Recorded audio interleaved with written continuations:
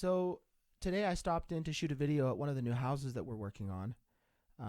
Our company, Ferguson Paint, that operates in Lethbridge, Alberta, we tend to focus on new residential housing. We do about 100 homes a year, which I guess is, in comparison to some, is small city, but still, it's our company, and that's what we do. And experiencing growth within my company has required me to teach people how to paint. And I find teaching very fulfilling, and I like to do it. But for the typical tradesman, teaching a specific trade is not something that they want to do. They don't want to disclose their trade secrets. Why is this? Because the trades are afraid of teaching their next competition. Talk to any tradesman out there and they'll tell you that. They've each had their experience with people they've trained that have gone on their own, and now they're ending up competing. One of the consequences of being scared of this happening is tradespeople won't grow their businesses.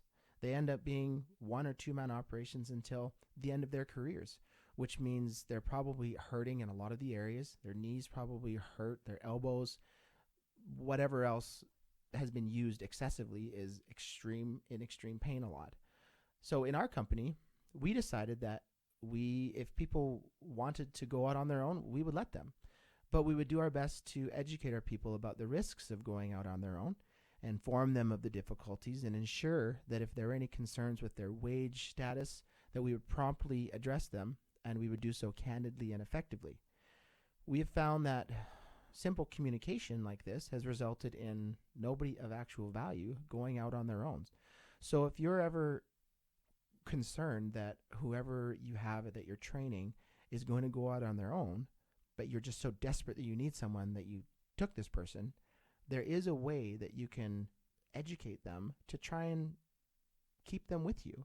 As long as you're going to treat them fairly, educate them about the values that they bring to the table and the value that you have, and you'll be able to figure something out. And you won't have to dealing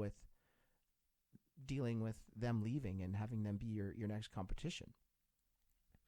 So one of the challenges that we've experienced is teaching our people how to be better. We try and teach painters how to be better, but that is a major, major, major challenge, and why I believe most tradesmen end up staying working for somebody else or running their businesses by themselves. As an individual, getting better is its own challenge, but upon experiencing growth, aligning company values becomes the challenge. One of the reasons is workmanship is an outer manifestation of inner peace or inner turmoil. Unsettled individuals, they don't make good tradespeople.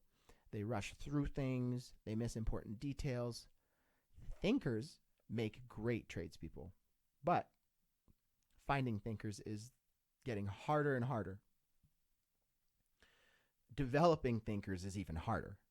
But we here at Ferguson Paint, we're trying our best, and I think we're doing a pretty good job. Another reason why growth is so hard is being good yourself requires the ability to constantly seek for better. That ability is found through real humility. Being able to constantly say to yourself, what am I doing wrong? What here can I do better?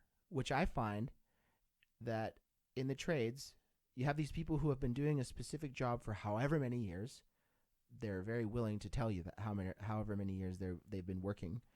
They get to a point where they think they're independent and good, especially if more work comes their way, even though sometimes the source of that work is simply because there's just nobody else there to do it. But regardless, they get to a point where their experience translates into some form of ego, and their progression then reaches a plateau.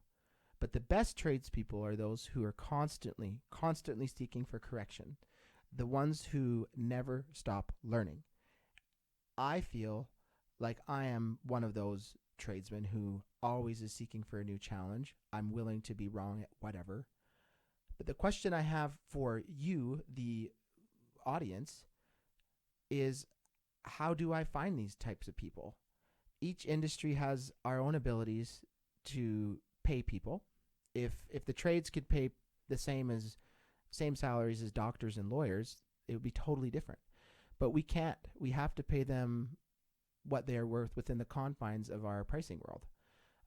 So how do business owners find the best people to develop their teams? I really want to know this. Please make a comment below, like the video, subscribe, and I'd like to talk about this some more.